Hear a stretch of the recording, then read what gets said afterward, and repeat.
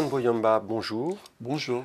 Vous êtes ancien vice-ministre des Affaires étrangères en charge de la diaspora congolaise et surtout conseiller spécial du candidat Emmanuel Shadary à la dernière présidentielle congolaise qui s'est tenue le 30 décembre. Alors nous sommes un peu plus de 10 jours après la tenue de ce scrutin. Pourquoi la commission électorale, la CENI, tarde-t-elle tant à annoncer ses résultats ? Bon, je ne suis pas porte-parole de la CENI, je tiens bien à le préciser, elle est indépendante. Mais selon ce que je sais, c'est qu'elle cherche à ce que, quand les résultats sortiront, que tout soit clair et net, qu'il y ait moins de contestations possibles. Donc, entre la récolte des données, dans tous les pays. N'oubliez pas que le Congo a une superficie équivalente à l'Europe. Donc cela veut dire que les gens votent à Lisbonne, ils votent aussi à Helsinki, en passant par Berlin, ainsi de suite. Donc c'est-à-dire, c'est un vaste chantier déjà, si je peux m'exprimer ainsi, pour notre pays.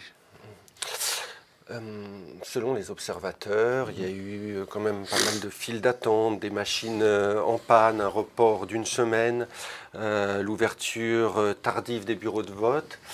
Alors les autorités congolaises avaient demandé pour la première fois à ne pas avoir l'appui de la MONUSCO pour organiser ces élections.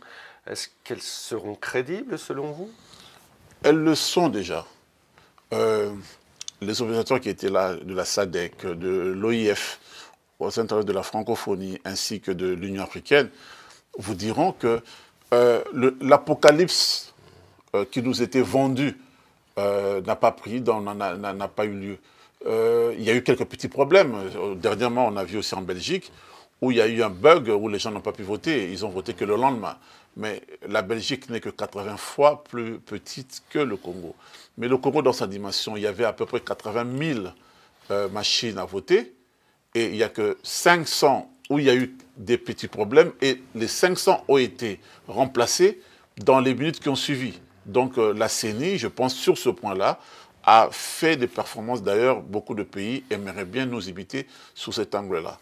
Bon, cela dit, rien n'est toujours parfait sur la terre des hommes, mais nous pouvons être satisfaits de la journée du 30 décembre 2018.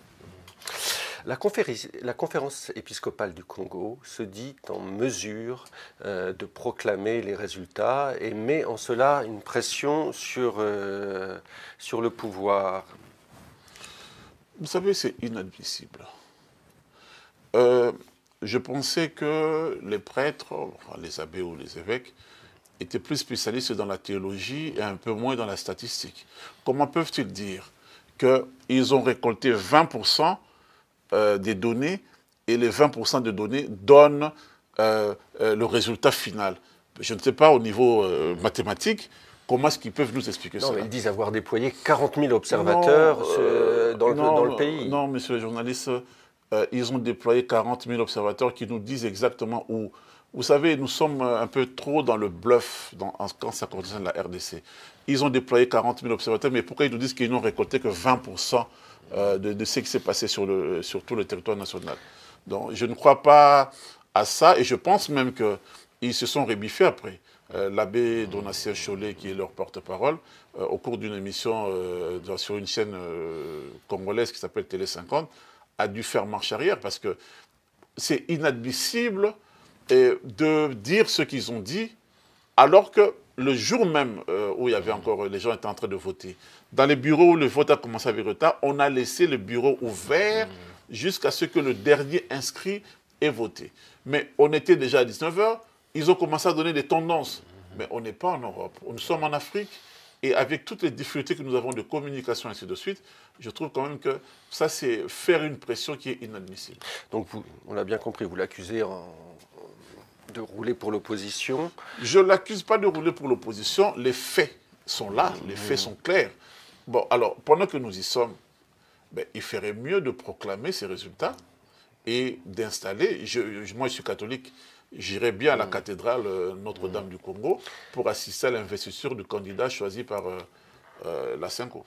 Mais la Senko, enfin l'Église en général, a joué un rôle primordial dans la démocratisation du Congo historiquement. Et c'est aussi le président Kabila qui est allé chercher l'Église catholique pour signer les accords de la Saint-Sylvestre et rapprocher l'opposition du pouvoir à une époque très tendue de l'histoire récente du Congo.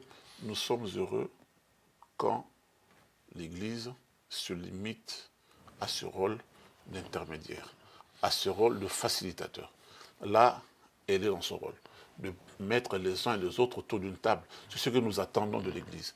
Nous n'attendons pas de l'Église de déclarer le vaincu et le vainqueur. Ce n'est pas son rôle. Avec le candidat Chadari, vous avez traversé, voyagé à l'intérieur du pays là, durant ces derniers mois de campagne.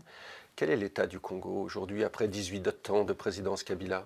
Il y a d'énormes besoins d'infrastructures. Il y a d'énormes besoins d'infrastructures, c'est vrai, mais le Congo d'aujourd'hui va mieux que celui que Kabila avait trouvé en 2001. Donc, on a encore des sérieux problèmes, c'est vrai. Le pays est vaste, nous travaillons dessus. Et on a vu l'enthousiasme des Congolais, c'est ce qu'il faut dire. Parce que contrairement à ce qui se répand sur les plateaux ou dans la presse écrite, on a vu l'enthousiasme des gens, de la population, à choisir ses dirigeants. Le président de la République, les députés nationaux, les députés provinciaux.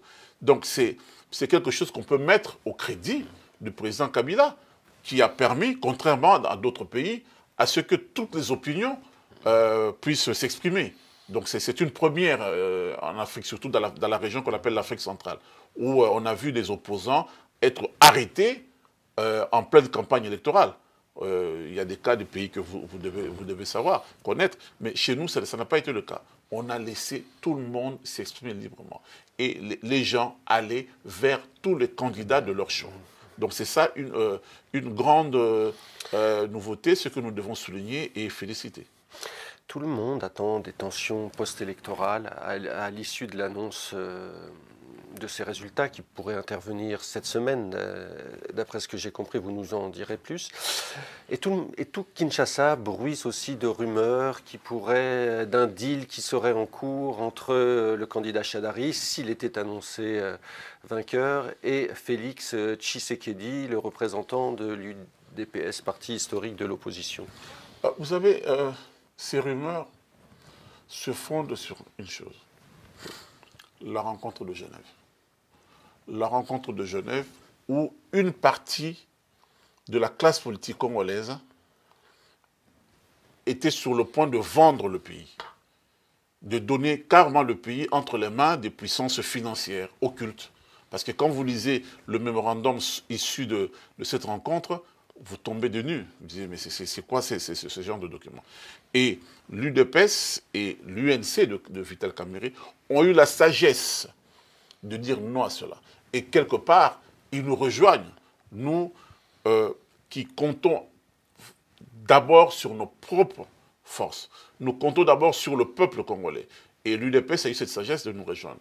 Alors, la campagne balancée par le parti de l'étranger, si je vais m'exprimer ici, est de vouloir discréditer les uns et les autres en disant qu'il y a des alliances qui sont entre eux. Non, l'UDPS a concouru à travers M. Tshisekedi. L'UDPS attend les résultats, comme nous aussi, à travers M. Ramazani Chadari. Donc, pour nous, ça, c'est de la propagande je ne sais pas à qui ils veulent faire peur.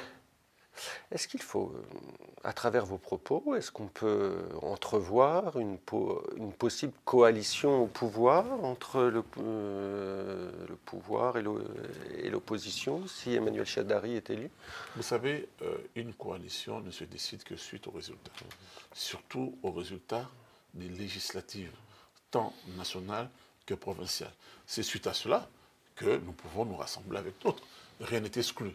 Mais pour l'instant, nous attendons sereinement les résultats et nous espérons que nous serons en tête partout.